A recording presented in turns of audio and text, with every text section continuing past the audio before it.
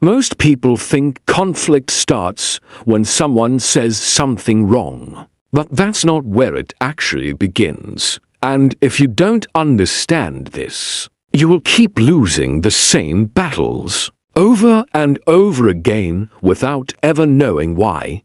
Because conflict does not begin with words. It begins with perception.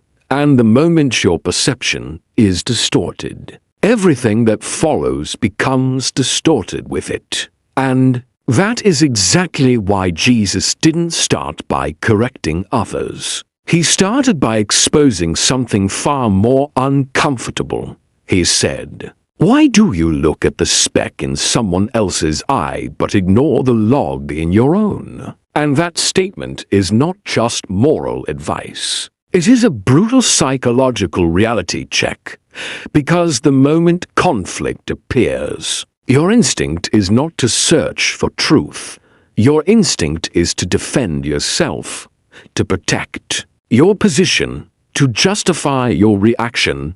And once you step into that mindset, you are no longer trying to understand what is happening.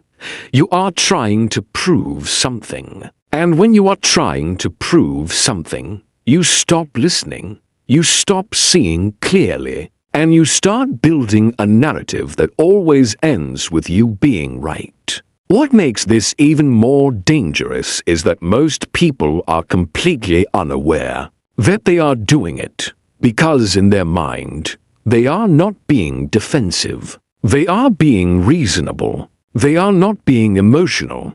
They are being logical. But what is actually happening is far deeper. They have entered a silent courtroom where every word the other person says becomes evidence against them, and every thought they have becomes a defense of themselves. And once conflict becomes a courtroom, resolution becomes almost impossible. Because the goal is no longer clarity. The goal is victory. And this is why Jesus forces a reversal that most people resist. He does not allow you to start with the other person. He forces you to start with yourself. And that is where the real work begins. Because self-examination is not comfortable.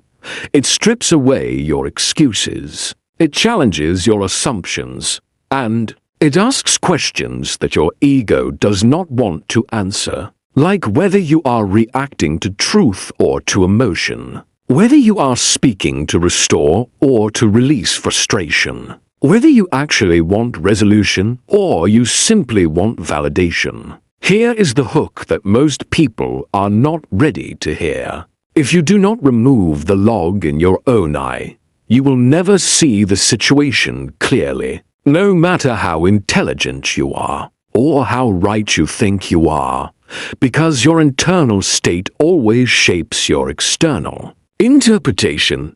And when your identity is fragile, every disagreement feels like an attack. Every correction feels like rejection, and every opposing opinion feels like disrespect. And that is why Jesus models something that looks simple on the surface, but is actually incredibly powerful. Before he stepped into difficult conversations, he stepped away from people, not to avoid them, but to prepare himself, to pray, to realign, to stabilize his mind and his emotions before engaging. And this is something modern culture almost completely ignores, because today we don't prepare for conflict. We react to it instantly, emotionally, and often publicly. The reality is that most people do not handle conflict. They amplify it. Because instead of processing it internally, they project it externally. They vent to friends. They replay the situation repeatedly in their mind. They exaggerate details without realizing it. They assign intentions that may not even exist, and by the time they finally speak to the person involved, they are no longer responding to reality. They are responding to a story they have constructed. And that is why small misunderstandings turn into major breakdowns. Not because the issue was significant, but because it was emotionally inflated. And here is the hook that changes everything. If you do not process conflict in private, you will perform it in public. And performance always escalates tension, because when you are performing, your goal is not understanding, your goal is validation. You want to be seen as right. You want to be supported. You want to be justified. And none of those goals lead to resolution. What separates Jesus from how most people operate is not that he avoided conflict. It is that he entered it from a place of clarity instead of chaos. And that distinction changes everything. Because how you enter a conversation determines how it will unfold. If you enter defensive, you will create resistance. If you enter aggressive, you will create distance.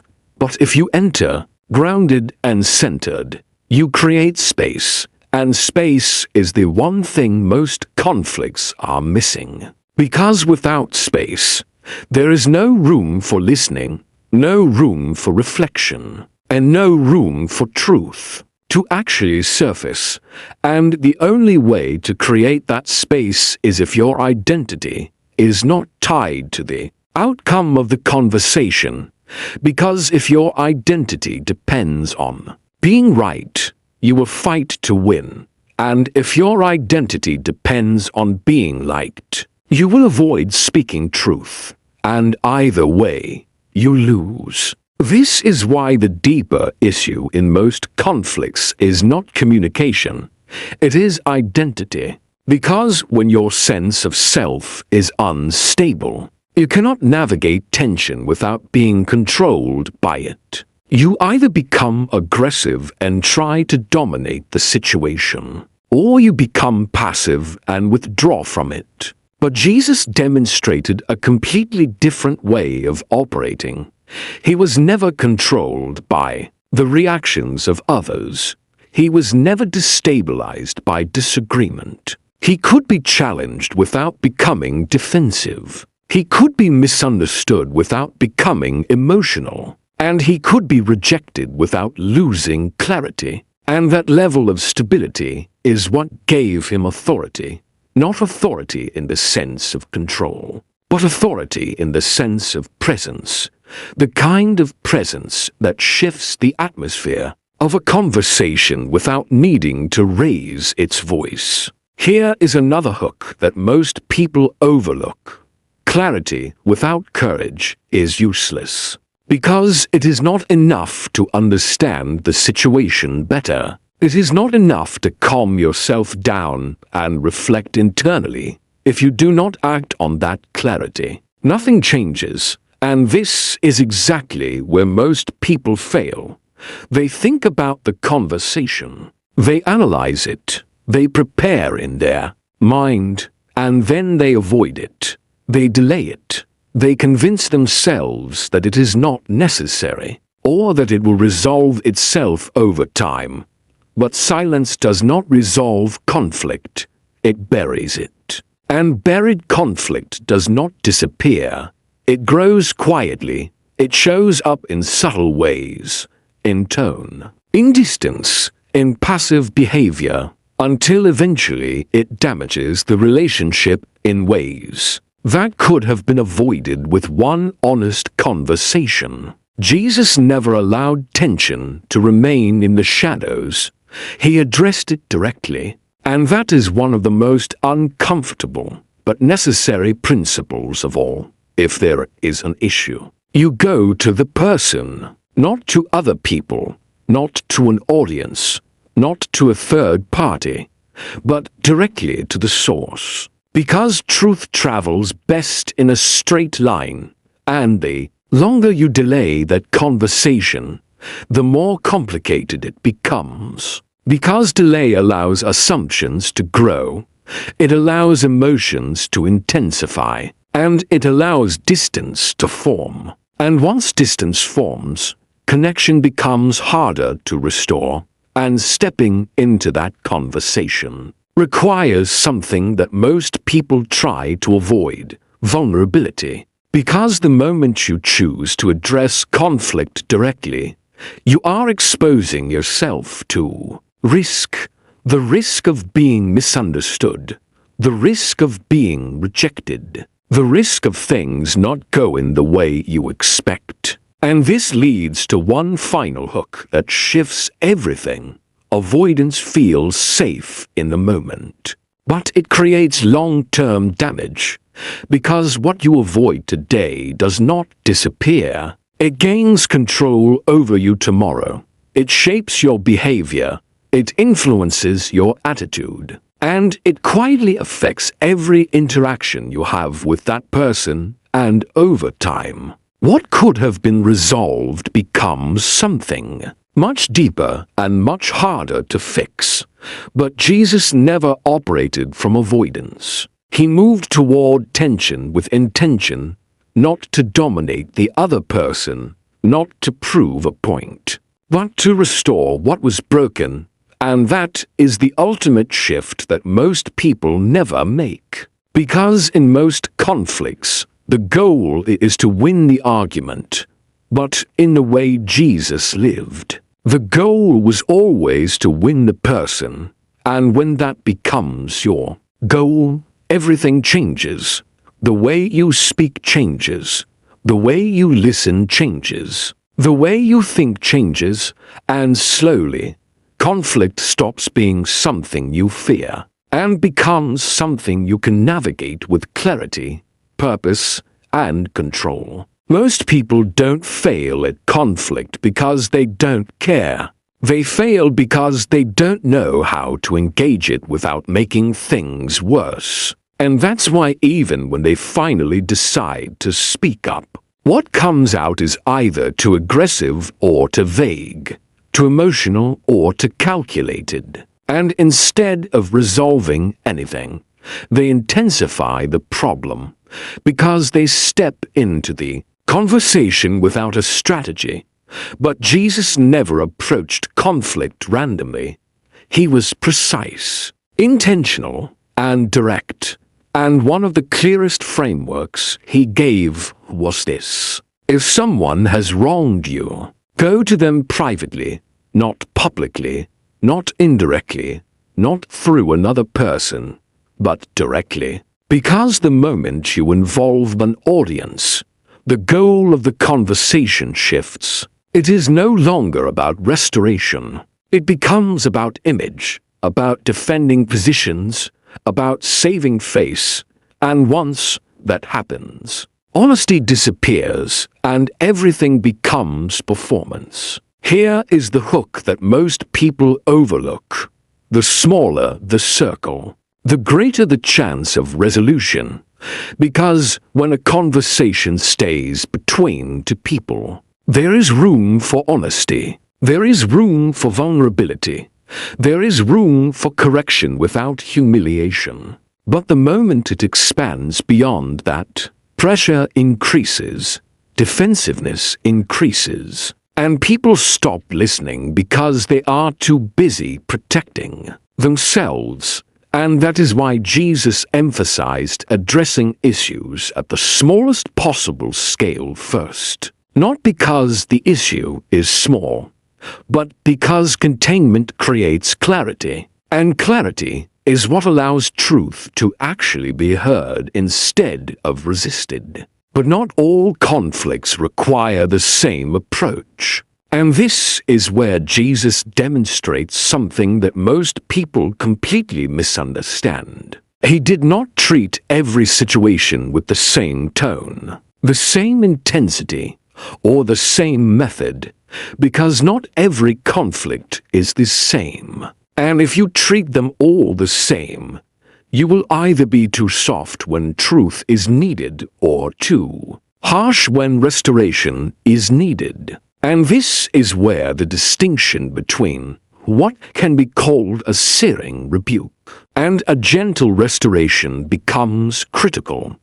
because Jesus embodied both. And knowing when to use each is what separates wisdom from reaction. When Jesus encountered people who were broken, who failed, who were aware of their own weakness, his approach was never to crush them, it was to restore them. And you see this clearly in how he handled Peter, a man who denied him at his lowest moment, a failure that could have defined him permanently. But instead of exposing him publicly or condemning him harshly, Jesus restored him personally, intentionally, and with questions that reached deeper than the failure itself. And that is the model of gentle restoration, where the goal is not to highlight the mistake, but to rebuild the person, to bring them back into alignment without stripping them of dignity. Now here comes the hook that shifts everything.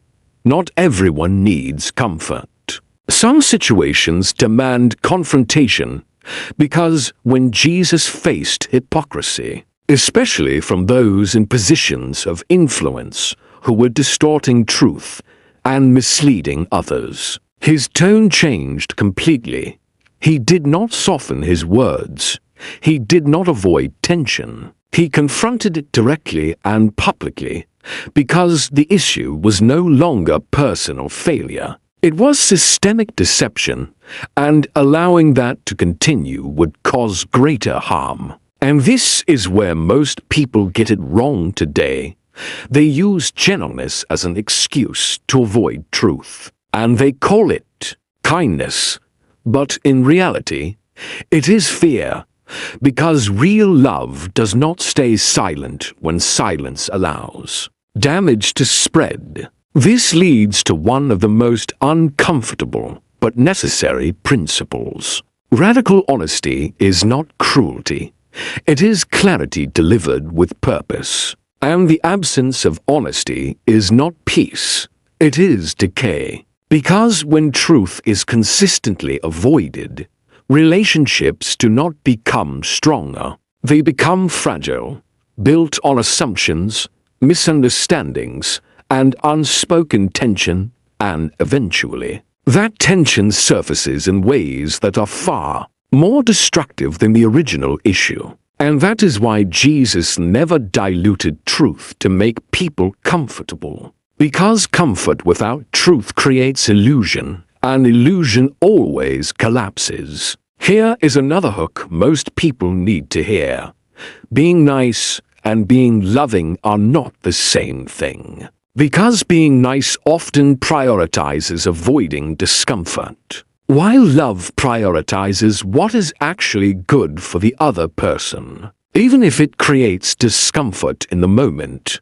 And this is where passive behavior becomes dangerous. Because it allows patterns to continue, it allows boundaries to be crossed, and it creates a false sense of harmony that eventually breaks under pressure. But when you understand the way Jesus engaged conflict, you realize that truth is not the opposite of love. It is a necessary part of it, and without it, there is no real transformation. Another powerful strategy Jesus used was not always making statements, but asking questions. And this is something most people underestimate. Because a statement can trigger defensiveness immediately, but a question invites reflection.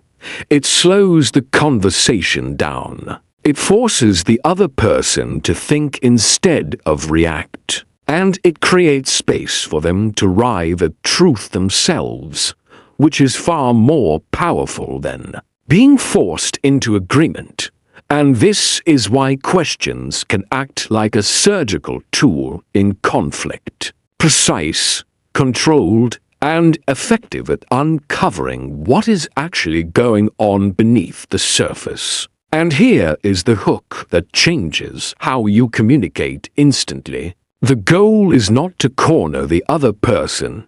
It is to open them. Because the moment someone feels cornered, they stop listening. They defend, they resist, they shut down. But when someone feels seen and understood, even if they disagree, they are far more willing to engage honestly. And that is why tone matters just as much as content, because truth delivered with the wrong tone can be rejected, while truth delivered with the right posture can be received. And Jesus consistently demonstrated this balance, never compromising the message, but always controlling the delivery. There is also a level of precision in how Jesus handled timing, because not every moment is the right moment to confront something. And wisdom is knowing when to speak and when to wait, not to avoid the issue, but to address it at a time when it can actually be heard. Because timing can determine whether a conversation leads to clarity or chaos. And this is where patience becomes a strategic advantage, not passivity, but intentional restraint until the moment is right. And this leads to one final hook that ties everything together. Truth without strategy creates resistance, but truth delivered with precision creates transformation. And this is what made the way Jesus engaged conflict so effective. It was never random. It was never purely emotional. It was always aligned with a deeper purpose, not to win arguments, not to assert dominance, but to bring people back to truth. And that is the shift that most people need to make. Because once you understand that conflict is not about proving yourself, but about restoring what is broken, you begin to approach every conversation differently, with more intention, more clarity, and more control.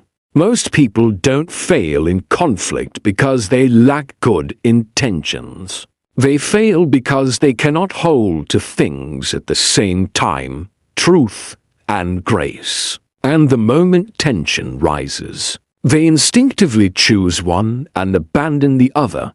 They either cling to truth and become sharp, cold, and cutting, or they cling to grace and become soft, vague, and compromising.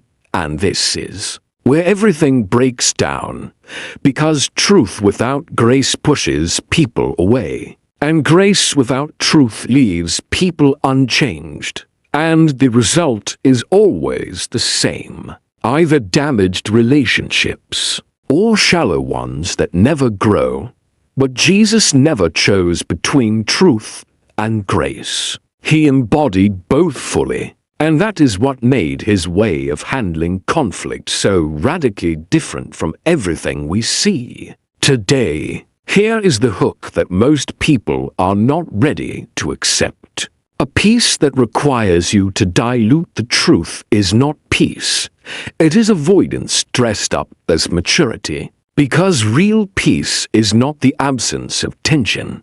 It is the presence of truth handled correctly. And that means there are moments when speaking truth will create discomfort. It will create resistance. It may even create temporary distance. But avoiding that discomfort does not protect the relationship. It weakens it. Because what is left unspoken does not disappear. It sits beneath the surface, slowly eroding trust, clarity, and connection, and over time, that hidden tension becomes far more destructive than the original issue ever was. This is why Jesus never softened truth just to maintain surface-level harmony.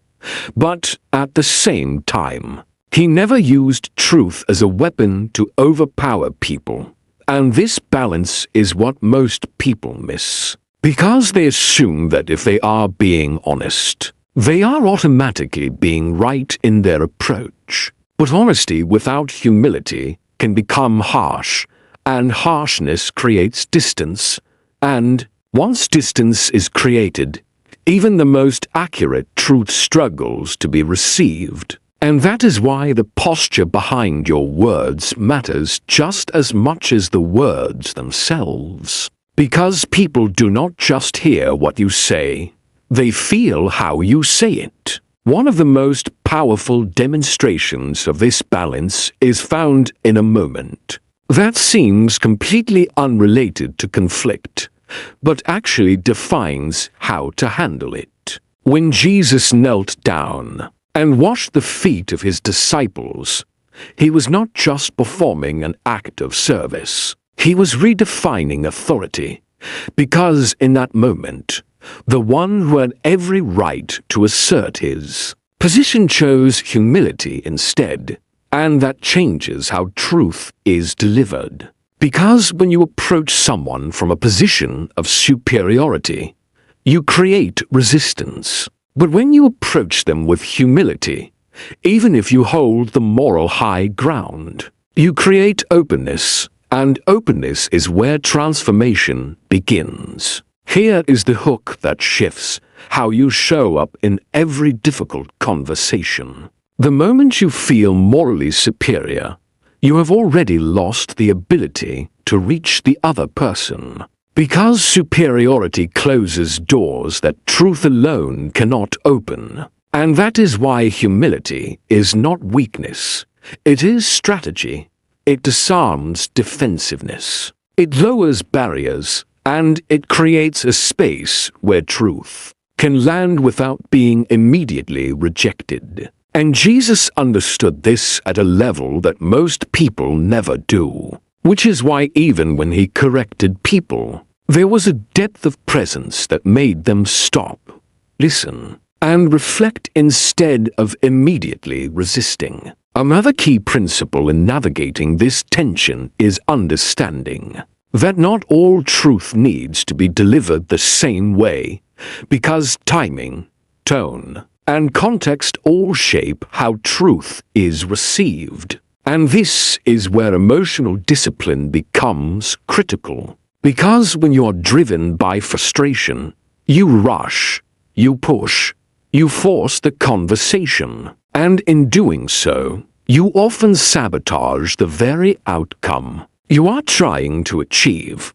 But when you are anchored in both truth and grace, you become more measured, more intentional, and more aware of how your words are landing. And that awareness allows you to adjust in real time instead of escalating unnecessarily. Here is another hook that most people overlook.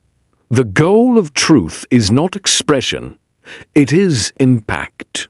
Because you can say something that is completely true and still fail if it does not lead to clarity, understanding, or growth. And this is where many people justify harmful communication by hiding behind honesty. They say things like, "I'm just being real," or "I'm just telling the truth."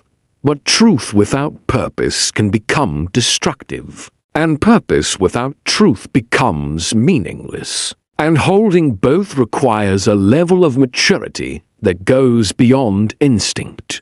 It requires intention. Jesus also demonstrated that sometimes the most powerful way to deliver truth is not through direct statements, but through creating moments of realization. And this is where his use of questions becomes so effective. Because instead of forcing people into agreement, he led them into awareness. And awareness is far more powerful than compliance. Because when someone arrives at truth on their own, it becomes internalized. It becomes something they own rather than something imposed on them. And this reduces resistance while increasing transformation. And this is a strategy that very few people use effectively in conflict today. Here is the hook that changes how you approach difficult people. You are not trying to overpower their argument. You are trying to reach their awareness. Because arguments can be defended, but awareness is harder to ignore. And once someone begins to see clearly, even if they do not immediately agree, the conversation has already shifted. And that shift is what creates the possibility for real change, not forced agreement, but genuine understanding. There is also a deeper layer to this tension that most people avoid entirely, and that is the willingness to endure discomfort without reacting impulsively. Because when truth and grace collide, there will be moments where you feel misunderstood, where your intentions are questioned, where the other person does not respond the way you hoped. And in those moments, your instinct will be to either push harder or withdraw completely. But Jesus demonstrated a different response. He remained steady. He did not chase validation, and he did not abandon truth. And that steadiness is what allowed him to navigate even the most intense conflicts without losing control of himself. And here is the final hook that brings everything together. The power of grace and truth is not just in how it changes the conversation. It is in how it changes you. Because the more you practice holding both, the less reactive you become, the less controlled you are by emotion, and the more intentional your actions become. And over time, you begin to develop something that most people never achieve: the ability to step into tension without being consumed by it, to speak truth without losing connection, and to extend grace without losing clarity. And that is where conflict stops being something you survive and becomes something you can actually transform. Most conflicts don't explode because of the issue itself. They explode because no one knows how to slow them down, and when tension rises, most people instinctively do one of two things. They either escalate by matching the other person's intensity, or they shut down completely to avoid making things worse. And both reactions feel natural in the moment, but both of them quietly destroy the possibility of resolution. Because escalation feeds the fire and avoidance lets it spread. And that is why one of the most overlooked skills in conflict is not winning, not proving, but de-escalating, knowing how to step into intensity without adding to it. And Jesus demonstrated this kind of control repeatedly, not by overpowering situations, but by refusing to be controlled by them. Here is the hook that most people miss. You don't control conflict by controlling the other person. You control it by controlling your response, because the moment you mirror someone else's anger, you have already lost your position. You are no longer leading the interaction. You are being pulled by it. And this is why emotional discipline becomes a strategic advantage, not just a personal trait.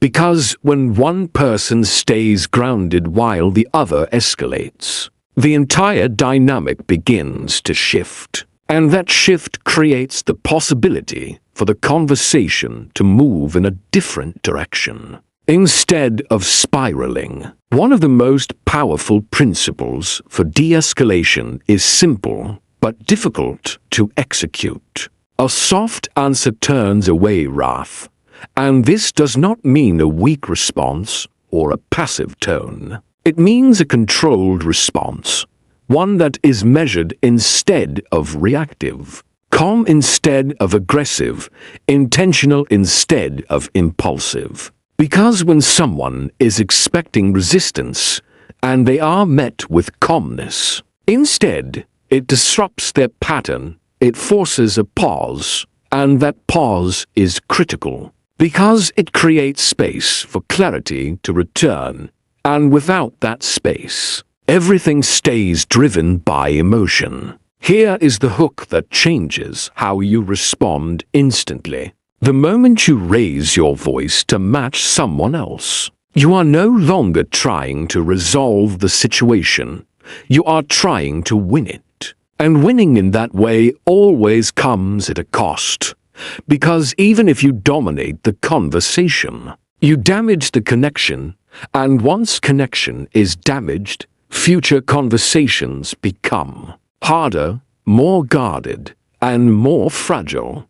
And that is why de-escalation is not about being passive. It is about being precise, choosing not to feed the intensity even when you have the opportunity to do so. But not every situation is meant to be de-escalated into reconciliation.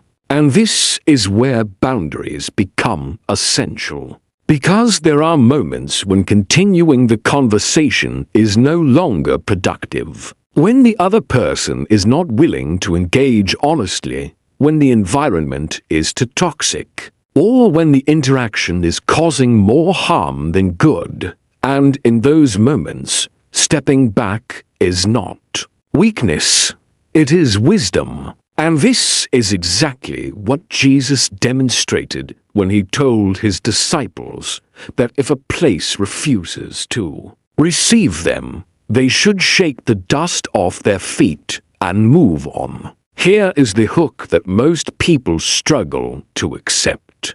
Not every relationship is meant to be maintained at the same level, and forcing connection in a situation that lacks mutual respect does not create peace, it creates damage, because when boundaries are absent, resentment grows, clarity disappears, and unhealthy patterns are allowed to continue. And that is why walking away from certain interactions is not failure, it is alignment. It is recognizing that resolution requires two willing participants, not just one. Another critical distinction that most people confuse is the difference between forgiveness and access, because many people believe that if they forgive someone, they are obligated to immediately restore the relationship to its previous state. But that is not what forgiveness means. Forgiveness releases the internal burden. It frees you from carrying the weight of the offense. But it does not automatically rebuild trust. Because trust is not restored through words. It is rebuilt through consistency over time. And this distinction protects you from re-entering harmful situations without discernment. Here is the hook that shifts how you think about healing. You can forgive completely and still maintain boundaries. Because forgiveness is about your internal freedom, while boundaries are about your external responsibility. And confusing the two leads to cycles where the same issues repeat, the same patterns continue, and the same conflicts resurface. And that is why wisdom requires both. The ability to let go internally while also making clear decisions externally about what you will and will not allow moving forward. De-escalation also applies beyond face-to-face interactions, especially in a world where so much conflict happens digitally, where tone is easily misinterpreted and reactions are often immediate. And this is where discipline becomes even more important. Because responding instantly to a message, a comment, or a perceived offense often leads to unnecessary escalation, and choosing to pause, to step back, to delay your response until you are grounded can completely change the outcome. Because digital conflict amplifies speed. And slowing down is one of the most powerful ways to regain control. Here is another hook that most people overlook in modern conflict. Speed is the enemy of clarity. Because the faster you react, the less you think, and the less you think, the more likely you are to say something that escalates the situation. And once something is said, especially in a public or digital space, it cannot be taken back. And that is why restraint is not limitation, it is protection. It protects the relationship. It protects the conversation, and it protects you from creating damage that could have been avoided with a moment of pause. There is also a deeper layer to boundaries that goes beyond external actions, and that is internal detachment. The ability to not let every conflict define your emotional state. Because when you are overly attached to the outcome, when you feel like everything depends on resolving this perfectly, you become more reactive, more pressured, and more likely to push beyond what is healthy. But when you are grounded, when you understand that you can engage fully without being consumed by the result, you create a different kind of presence, one that is firm but not forceful, clear but not controlling. And here is the final hook that brings everything in this part together. Not every conflict is meant to be solved immediately, and not every situation is meant to be fixed by you. Because sometimes the most powerful move is not to push harder, not to say more, but to step back, to create space, to allow time and reality to do what pressure cannot. And that requires trust. Trust that truth does not need to be forced to stand. And trust that stepping away from unhealthy dynamics is not losing control. It is choosing peace with clarity. Most people enter conflict with one hidden objective, even if they don't admit it. They want to win. They want to be right. They want the other person to acknowledge their mistake. And on the surface, that feels justified, because if something is wrong, it should be corrected. But here is the hook that changes everything. You can win the argument and still lose the relationship, and once the relationship is damaged, the victory becomes empty. Because what you gained in being right, you lost in connection. And that is why the way Jesus approached conflict was never about winning arguments. It was about winning people, restoring what was broken instead of proving what was wrong. This shift sounds simple, but it is one of the hardest transformations a person can make. Because it requires you to let go of the need to dominate the conversation. It requires you to release the instinct to defend yourself at all costs. And it requires you to step into a posture where the outcome is not measured by who was right, but by whether something was healed. And that is a completely different metric. Because healing often requires humility, it requires patience. And sometimes it requires absorbing discomfort instead of pushing it back. Here is the hook that most people resist. Reconciliation is not about equal exchange. It is about intentional sacrifice. Because if both sides are waiting for the other person to move first, nothing happens, tension remains, distance grows, and the relationship slowly deteriorates. But someone has to break that cycle. Someone has to step forward, not because they are weak, but because they are strong enough to value restoration over pride. And this is exactly what Jesus modeled at the highest level, not just in conversation, but in action. The cross is the ultimate picture of conflict resolution, not because it avoids justice, but because it absorbs the cost instead of transferring it. And that is what makes it so powerful. Because the natural human response to being wronged is retaliation, to push back, to return what was given. But Jesus demonstrated a different path, one where the cycle of offense does not continue, but is interrupted. And here is the hook that reframes everything. Cycles are not broken by matching energy. They are broken by changing it. And that requires a level of control and intention that most people never develop.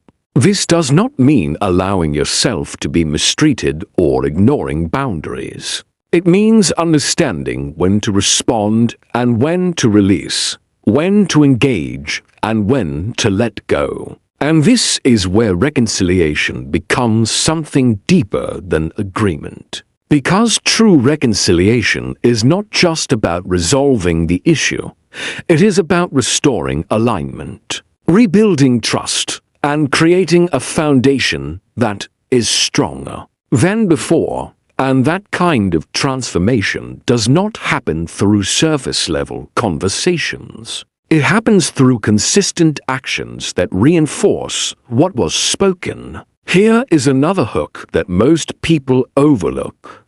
Reconciliation is a process, not a moment. Because one conversation can create clarity, but it cannot instantly rebuild what was broken over time. And expecting immediate restoration often leads to disappointment. Because trust, once damaged, requires evidence to be rebuilt. It requires consistency, honesty, and follow-through. And without those, words remain empty, and that is why. The way you live after the conversation matters just as much as what you said during it. Another critical shift in this process is moving from a mindset of opposition to a mindset of partnership. Because in most conflicts, people position themselves against each other, each person trying to prove their side, defend their perspective, and protect their position. But reconciliation requires a different approach. It requires both sides to step out of opposition and into alignment against the problem itself. And here is the hook that makes this clear. The other person is not the enemy. The lack of understanding is. And once you shift your focus from attacking the person to addressing the issue, the entire dynamic changes. This is where vulnerability becomes one of the most powerful tools in reconciliation. Because when one person chooses to be honest without being defensive, to acknowledge their part without being forced, and to express truth without aggression, it creates an opening, it lowers the tension, and it invites the other person to do the same. And while this does not guarantee that the other person will respond positively, it increases the likelihood of it significantly. Because vulnerability disarms where aggression provokes. Here is the hook that most people need to hear at this stage. You cannot control the outcome, but you can control the standard you bring into the situation. And that standard is what defines you, not how the other person responds. Because if your behavior is dependent on their reaction, you will always be unstable, always adjusting, always reacting. But when your actions are grounded in something deeper, in truth, in grace, in intention, you become consistent. And that consistency is what creates long-term impact, even if the results are not immediate. There is also a deeper level of reconciliation that goes beyond individual relationships. And that is the breaking of patterns that repeat across time. Because many conflicts are not isolated. They are part of cycles, patterns of behavior, communication, and reaction that have been repeated over and over again, sometimes even across generations. And here is the hook that brings a broader perspective. What you transform today does not just affect you, it changes what continues tomorrow. Because when you choose to handle conflict differently, you interrupt patterns that would have otherwise continued. And this is where everything comes together. Because the goal of these lessons is not just to help you handle one conversation better. It is to reshape how you approach every interaction, moving forward, to move from reaction to intention, from avoidance to engagement, from pride to humility, and from control to clarity. And when you begin to live this way consistently, something shifts, not just in your relationships, but in your internal state. Because you are no longer driven by fear of conflict, you are guided by purpose within it. Here is the final hook that leaves a lasting impact. Real peace is not found in the absence of conflict. It is found in the mastery of it. And that mastery does not come from techniques alone. It comes from transformation, from becoming the kind of person who can hold truth without becoming harsh, who can extend grace without becoming weak, and who can step into tension without losing control. And that is the way Jesus lived, not avoiding conflict, not being consumed by it, but transforming it into something that most people never experience. Real reconciliation, real clarity, and real peace that is built not on silence, but on truth.